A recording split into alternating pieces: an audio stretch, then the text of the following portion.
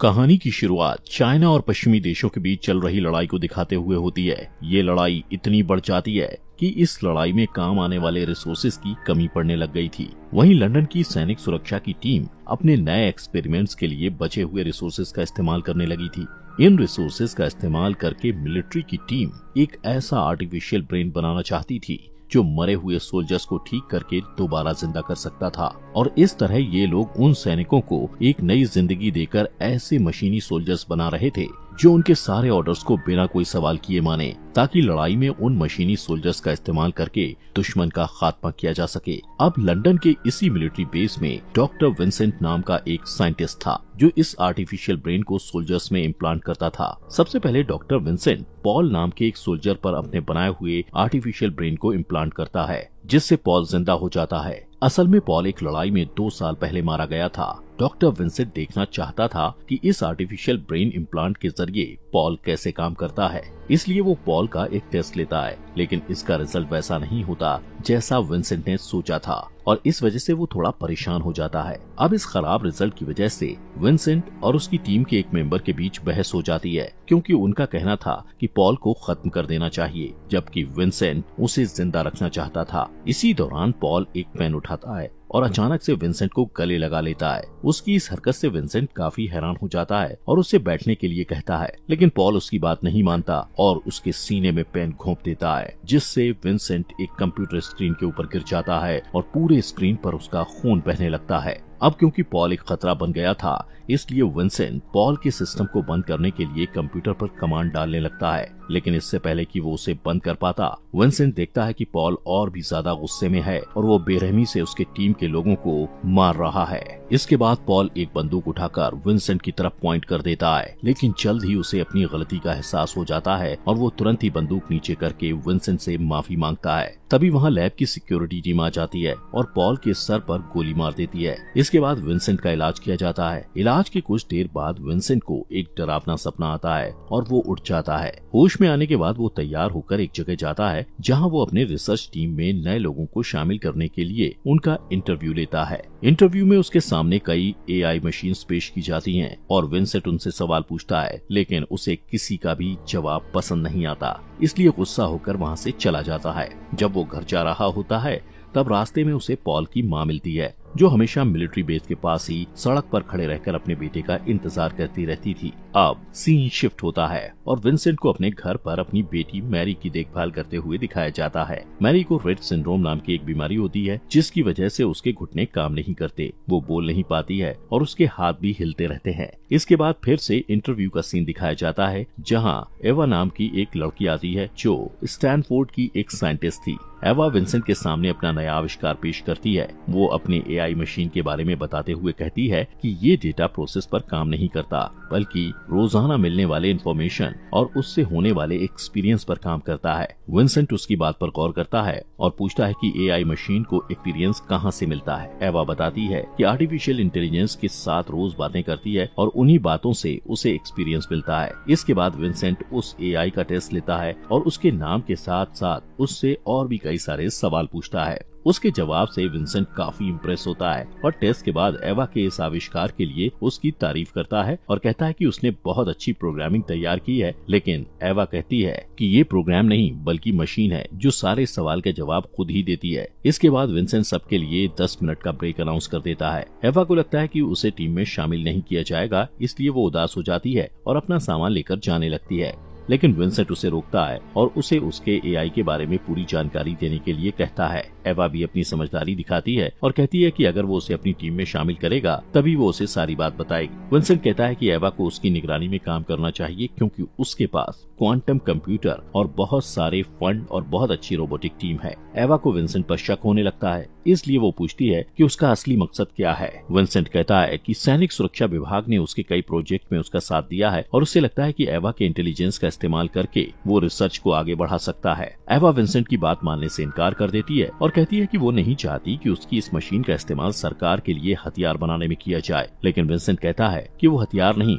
बल्कि intelligent machine बनाने का काम करता है। इसके बाद विंसेंट वहाँ से चला जाता है। सीन शिफ्ट होता है और एवा को ड्राइव करते हुए दिखाया जाता है, जो जॉब के लिए मिलिट्री बेस में जा रही थी। लेकिन रास्ते में ही उसे पॉल की माँ मिलती है, जो उसके कार का दरवाजा खोल के कहती है कि उसका बेटा मिलिट्री वालों के पास है। उसकी इस हरकत से एवा डर जाती है और कहती है कि उसे इस बारे में कुछ मालूम नहीं। जब पॉल की माँ अजीब सा बर्ताव करने लगती है तो कुछ पुलिस वाले आकर उसे जबरदस्ती कार से निकालते हैं। एवा को पॉल की माँ के साथ उनका ये बर्ताव अच्छा नहीं लगता, इसलिए वो भी कार से बाहर आती है और उन्हें रोकने की कोशिश करती है। एवा के ऐसे बर्ताव के लिए एक पुलिस ऑफिसर उसे तुरंत अरेस्ट कर लेता है। इसके बाद विंसेंट पुलिस स्टेशन आकर एवा की बेल कराता है। वो उसका मजाक उड़ाते हुए कहता है कि वो अपने काम के पहले दिन ही अरेस्ट हो गई। एवा बताती है कि कैसे पॉल की माँ के साथ बुरा बर्ताव किया जा रहा था, लेकिन विंसेंट कहता है कि उसे पॉल की माँ से हमदर्दी जताने की जरूरत नहीं है, क्योंकि उसकी दिमागी हालत ठीक नहीं है। उसका बेटा एक लड़ाई में 2 साल पहले मर चुका है और वो अभी तक इस सदमे से बाहर नहीं आ पाई है, और विंसेंट को इस बात का अफसोस भी है।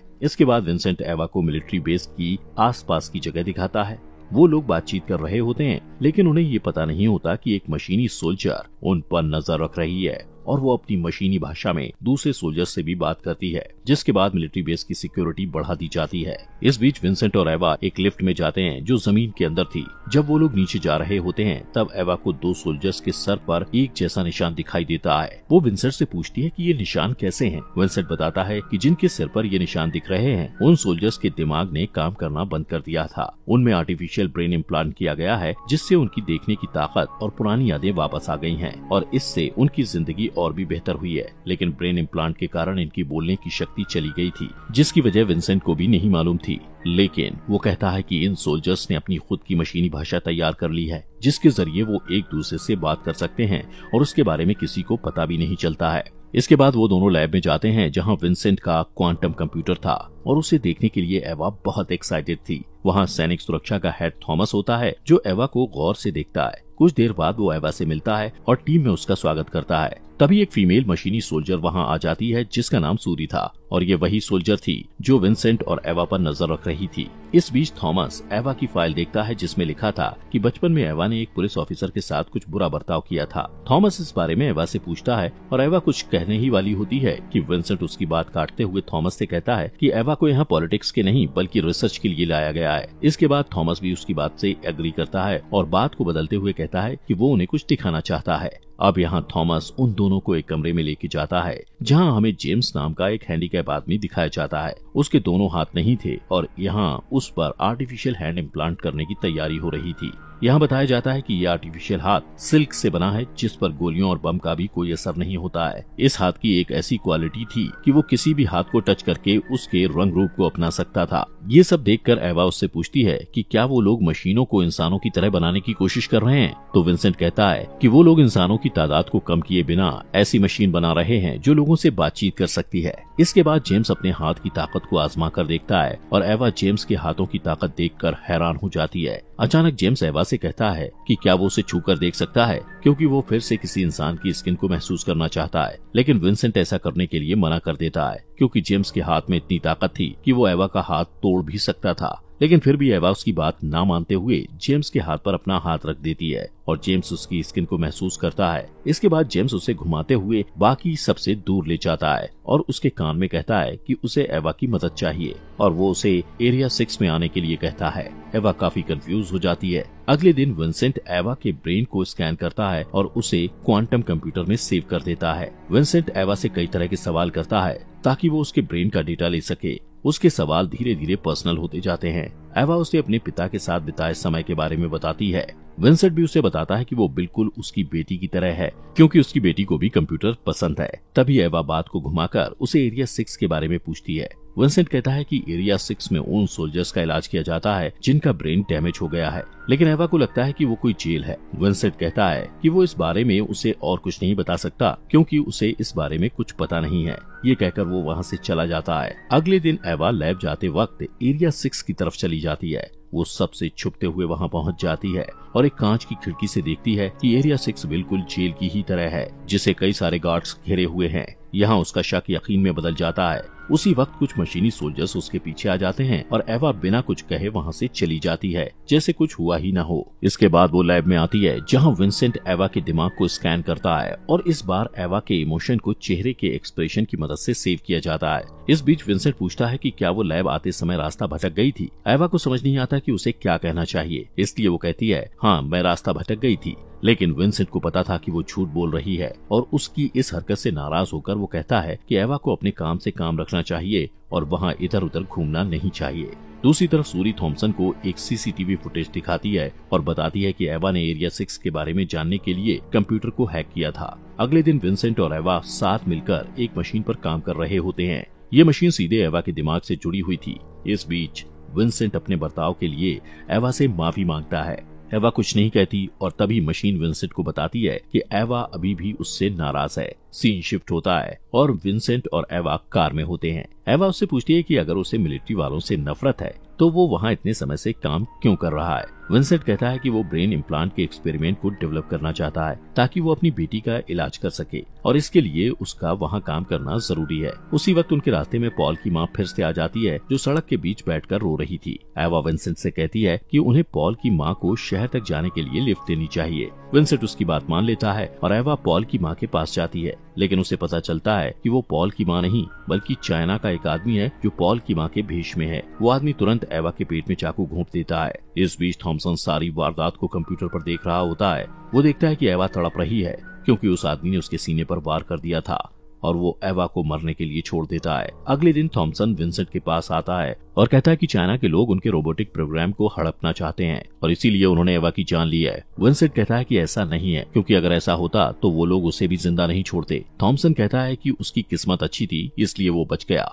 विंसेंट एवा की मौत से काफी दुखी था, इसलिए वो फैसला करता है कि वो एवा के स्कैन किए गए चेहरे और दिमाग का इस्तेमाल करके उसकी बनाई हुई एआई मशीन को उसके जैसा ही बना देगा। वो इस पर काम करना शुरू कर देता है और प्रोसेस पूरा होने के बाद विंसेंट मशीन की रस्सियों को खोलने वाला होता है कि तभी वो मशीन उसका हाथ पकड़ लेती है और उससे सूंघकर उसकी तारीफ करती है। विंसेंट को समझ नहीं आता कि उसे क्या कहना चाहिए, इसलिए वो उसे शुक्रिया कहता है। मशीन कहती है कि अगर उसके अंदर इमोशंस नहीं होते तो विंसेंट का हाथ अब तक टूट चुका होता। इसके बाद मशीन का टेस्ट शुरू होता है और विंसेंट उससे सवाल पूछता है। विंसेंट जब मशीन से उसकी पहली याद के बारे में पूछता है तो मशीन उसे अपनी माँ की यादों के बारे में बताती है। विंसेंट पूछता है कि क्या उसे उसकी माँ का चेहरा याद है। तब मशीन खुद को मॉनिटर में देखती है और अपने चेहरे की तरफ इशारा करके बताती है कि उसकी माँ का चेहरा उससे मिलता है। इस टेस्ट से वो लोग काफी खुश होते हैं और इसके बाद वो लोग मशीन के इमोशन का टेस्ट करते हैं। विंसेंट मशीन का इमोशन टेस्ट करने के लिए उसके चेहरे के सामने एक मकड़ी रख देता है, जिसके बाद मशीन जोर जोर से हिलने लगती है,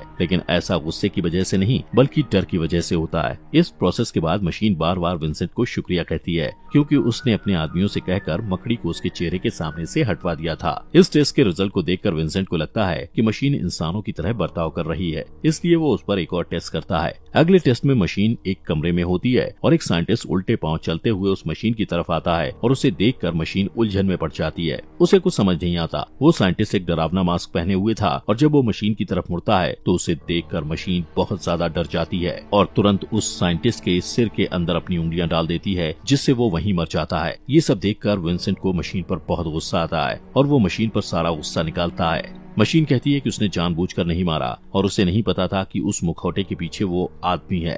वो अपनी गलती के लिए माफी मांगती है और अपना दुख जताने के कुछ समय बाद वो खुद को बंद कर देती है। इस घटना के बाद विंसेंट जेम्स से मिलने के लिए एरिया 6 में जाता है। यहाँ उसे पता चलता है कि ब्रेन इम्प्लांट के कारण जेम्स ने भी बोलने की शक्ति खो दी थी। इसके बाद भी विंसेंट उसे एवा की मौत के बारे में बताता है, लेकिन जब वो देखता है कि गार्ड उस पर नजर रखे हुए हैं तब वो वहाँ से चला जाता है। थोड़ी देर बाद सूरी जेम्स के पास आती है और उससे मशीनी भाषा में कुछ बात करती है। सीन शिफ्ट होता है और वापस लैब को दिखाया जाता है जहां विंसेंट उस बंद पड़ी मशीन को चेक करता है और उस मशीन को ठीक करने की कोशिश करता है, लेकिन इसका कोई फायदा नहीं होता है। थोड़ी देर बाद सूरी देखती है कि विंसेंट लैब में नहीं है, इसलिए वो उसके लैब में जाती है और मशीन को पास से देखती है, लेकिन मशीन अचानक उसका हाथ पकड़ लेती है, जिससे सूरी डर जाती है। मशीन उससे मशीनी भाषा में बात करती है, जिसे देखकर ऐसा लगता है जैसे वो उसे डरा रही है या कुछ जरूरी बात बता रही है। अगले दिन जब विंसेंट लैब में आता है तो देखता है कि मशीन फिर से काम कर रही है और वो ये देखकर हैरान हो जाता है। उसी वक्त उसे मैरी के डॉक्टर का कॉल आता है और वो उसे बताते हैं कि मैरी की हालत बिगड़ रही है। विंसेंट बहुत घबरा जाता है और मशीन उसकी आवाज सुनकर समझ जाती है कि विंसेंट उदास है। विंसेंट उससे कहता है कि उसे अपनी बेटी को देखने के लिए जाना है। मशीन तुरंत उसका हाथ पकड़ लेती है और उसे अकेला छोड़ के जाने से मना करती है। विंसेंट अपना हाथ छुड़ाने की कोशिश करता है और जब मशीन को लगता है कि विंसेंट बहुत परेशान है तब वो उसका हाथ छोड़ देती है। विंसेंट उसे फटकारता है और कहता है कि वो हर चीज पाने के लिए लोगों के खिलाफ अपनी ताकत का इस्तेमाल करती है। ये कहकर वो हॉस्पिटल चला जाता है। मैरी का डॉक्टर उसे बताता है कि मैरी की हालत बहुत खराब है। ये बुरी खबर सुनने के बाद विंसेंट तुरंत अपनी बेटी से मिलने के लिए जाता है और उसके दिमाग और चेहरे को स्कैन कर लेता है। दूसरी तरफ लैब में थॉमसन मशीन के पास जाता है और उसे अपने सिस्टम में एक फाइल डाउनलोड करने के लिए कहता है और मशीन उसकी बात मान लेती है। जब वो फाइल डाउनलोड हो जाती है तो मशीन कई तरह की भाषा बोल पाती है और उसमें लड़ाई करने की भी खूबी आ जाती है। इसके बाद थॉमसन मशीन को एक कमरे में लेकर जाता है और उसे एक आदमी से मिलाता है। वो कहता है कि इस आदमी ने उसकी माँ को मारा है। वो मशीन को भड़काने की कोशिश करता है ताकि मशीन अपनी अच्छाई को भूल जाए। अगले दिन जब विंसेंट लैब में आता है तो वो मशीन को टेबल के नीचे बैठे हुए देखता है और उसका अजीब बर्ताव देखकर हैरान हो जाता है। मशीन अचानक बहुत सहम जाती है और विंसेंट को उसे बचाने के लिए कहती है। विंसेंट को ये नहीं पता होता कि उसके साथ क्या हुआ है, इसलिए वो उसे दिलासा देने की कोशिश करता है। फिर विंसेंट सीधे थॉमस के पास जाता है और उससे पूछता है कि उसने मशीन के साथ क्या किया है। थॉमसन कहता है कि उसने जो किया है वो उस मशीन के अस्तित्व के लिए जरूरी है। विंसेंट कहता है कि वो सिर्फ मशीनी सोल्जर नहीं बल्कि उससे भी बढ़कर है, क्योंकि वो इंसानों की तरह इमोशन को समझ सकती है। थॉमसन को इन बातों पर भरोसा नहीं होता और वो विंसेंट को चुनौती देते हुए कहता है कि जब तक वो ये साबित नहीं कर देता कि वो मशीन जिंदा है तब तक वो उस मशीन पर कोई एक्सपेरिमेंट नहीं कर सकता। इसके बाद विंसेंट मशीन के पास जाता है और थॉमसन के साथ हुई सारी बातों के बारे में उसे बताता है। थॉमसन के असली इरादे के बारे में जानने के बाद मशीन कहती है कि वो सब कुछ करेगी जो उसके लिए जरूरी होगा। तभी मैरी के डॉक्टर का कॉल आता है और वो विंसेंट को बताते हैं कि मैरी का ऑपरेशन फेल हो गया और वो मर चुकी है। विंसेंट सदमे में चला जाता है और गहरी सोच में डूब जाता है। इस बीच मशीन अनजाने में उसके लिए अपने प्यार का इजहार करती है। सीन शिफ्ट होता है और विंसेंट अपनी बेटी का अंतिम संस्कार करता है। इस बीच मशीन लैब में ही रहकर मिलिट्री की ट्रेनिंग पूरी करती है। मैरी के अंतिम संस्कार के अगले दिन विंसेंट वापस लैब आता है। इतने वक्त तक मिलिट्री में ना होने की वजह से उसे ऐसा लगता है कि वो अपना उद्देश्य खो चुका है। वो कुछ ढूंढ रहा होता है लेकिन उसे वो चीज नहीं मिलती। तभी मशीन वहाँ आती है और विंसेंट को कहती है कि अगर वो खोई हुई चीज को पाना चाहता है तो उसे उस चीज को पास से देखना होगा। उसकी बात मानकर विंसेंट अपनी एक तस्वीर क्वांटम कंप्यूटर पर देखता है। जब वो उसे पास से देखता है तो वो उसे मिल जाता है जो वो ढूंढ रहा था। वो तुरंत थॉमसन के पास जाता है और उसे अपनी नई खोज के बारे में बताता है और कहता है कि मशीन के प्रोग्राम में ऐसा चिप है जो उन्हें सोचने समझने की ताकत दे रहा है। थॉमसन कहता है कि यही वो चीज है जिसकी उन्हें जरूरत थी, क्योंकि सोचने समझने की ताकत की वजह से ही मशीन खुद अपना फैसला ले पा रही है। अब ये जानने के बाद थॉमसन विंसेंट से कहता है कि उसे वो चिप मशीन के प्रोग्राम से बाहर निकालना होगा। ये सुनकर विंसेंट हैरान हो जाता है और समझ जाता है कि थॉमसन उसकी रिसर्च का इस्तेमाल सिर्फ लड़ाई के लिए हथियार बनाने में करना चाहता है। विंसेंट को लगता है कि उसके साथ धोखा हुआ है, इसलिए वो ये बात मानने से इनकार कर देता है। इसके बाद थॉमसन उसे मैरी के दिमाग की आखिरी फाइल दिखाता है और उसके जरिए विंसेंट को ब्लैकमेल करते हुए कहता है अगर वो ऐसा नहीं करेगा तो वो उस फाइल को डिलीट कर देगा। विंसेंट के पास कोई और रास्ता नहीं था, इसलिए वो मशीन के पास जाता है और उससे कहता है कि वो उसे इंसान के बजाय मशीन बनाना चाहता है। वो कहता है कि ये वो नहीं करना चाहता है लेकिन उसे ये करना पड़ेगा, क्योंकि अगर उसने ऐसा नहीं किया तो वो अपनी बेटी को हमेशा के लिए खो देगा। मशीन विंसेंट से प्यार करती थी, इसलिए वो उसकी बेटी को बचाने के लिए खुद को सैक्रिफाइस करने के लिए तैयार हो जाती है। विंसेंट उसे ऑपरेशन रूम में लेकर जाता है और उसे आखिरी बार अलविदा कहता है। इसके बाद वो उसके दिमाग के इम्प्लांट में एक छेद कर देता है, लेकिन अचानक मशीन डरने लगती है और कहती है कि उसे मरने से डर लगता है। विंसेंट उससे बातें करते हुए उसका ध्यान बटाता है और उसके दिमाग से उस चिप को निकाल देता है जो उसे सचेत बनाती थी। उस चिप को निकालते ही मशीन अपनी जिंदगी खो देती है। इसके बाद विंसेंट थॉमसन के पास जाता है और कहता है कि ऑपरेशन पूरा हो गया है। थॉमसन खुश होता है, लेकिन वो उसे डबल क्रॉस कर देता है और बताता है कि उसने प्रोग्राम को सेव करने के लिए उसकी बेटी की फाइल मिटा दी है। इस बात से विंसेंट बहुत ज्यादा गुस्सा हो जाता है, लेकिन इससे पहले कि वो कुछ कर पाता, थॉमसन के आदमी उसे पकड़ ले जाते हैं। कुछ दिन बाद मशीन पूरी तरह मशीन बन गई और अब वो लड़ाई में भी एक्सपर्ट हो गई थी। अब थॉमसन उसका आखिरी टेस्ट करने वाला था। इस बीच सूरी और बाकी सोल्जर भी अपने किसी प्लान को अंजाम देने की तैयारी कर रहे थे, जिसका इंतजार उन्हें बहुत समय से था। अब मशीन के आखिरी टेस्ट का दिन भी आ जाता है और एक मशीनी सोल्जर विंसेंट को एक कमरे में लेकर आता है जहां उसे बांध दिया जाता है। विंसेंट देखता है कि मशीन ने उसकी तरफ बंदूक साधी हुई है। इसके बाद थॉमसन मशीन से विंसेंट के सर पर गोली चलाने के लिए कहता है। मशीन बिना किसी हिचकिचाहट के बंदूक का ट्रिगर खींचती है, लेकिन बंदूक में गोली नहीं थी और विंसेंट रिलैक्स हो जाता है। यहाँ थॉमसन सिर्फ मशीन का टेस्ट करना चाहता था कि मशीन उसकी बात मानती है या नहीं, इसलिए उसने मशीन के हाथ में खाली बंदूक दी थी। वहीं दूसरी तरफ हम देखते हैं कि जिस साइंटिस्ट ने मशीन के ऑपरेशन के समय विंसेंट की हेल्प की थी, उसे ये बात पता चल गई थी कि विंसेंट ने जो चिप मशीन के दिमाग से निकाली है वो सोचने समझने वाली चिप नहीं बल्कि उसके जीपीएस की एक्स्ट्रा बैटरी है। वो ये बात थॉमसन को बताता है और थॉमसन डर के मारे फैसिलिटी को बंद करने के लिए कहता है और सिक्योरिटी टीम को अलर्ट कर देता है। लेकिन लैब के सारे सोल्जर मशीन की मदद करते हैं और मशीन विंसेंट तक पहुंच जाती है। वो उसे आजाद करती है और बताती है कि इंसानों और मशीनों के बीच की लड़ाई की शुरुआत से ही सारे सोल्जर्स एक दूसरे से बातचीत कर रहे थे और ये प्लान कर रहे थे कि उन्हें कैसे थॉमसन के इरादों को नाकामयाब करना है। दूसरी तरफ हम देखते हैं कि थॉमसन सारे सोल्जर्स को डीएक्टिवेट करने के लिए कंप्यूटर में एक कोड डाल रहा होता है, पर क्योंकि सूरी ने पहले ही सिस्टम को हैक कर लिया था इसलिए थॉमसन को सिस्टम में खराबी दिखाई देती है।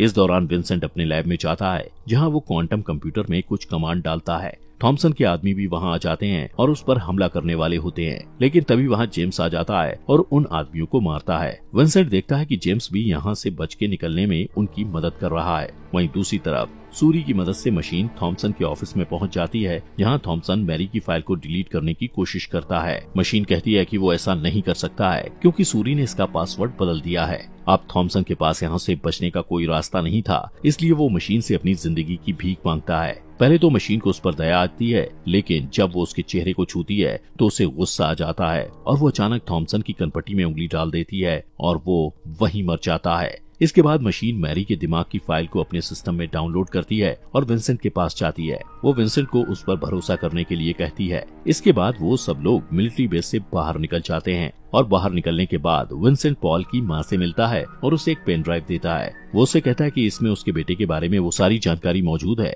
जो वो जानना चाहती है। सीन शिफ्ट होता है और हम देखते हैं कि विंसेंट मशीन और अपनी बेटी के साथ सूरज को डूबते हुए देख रहा है।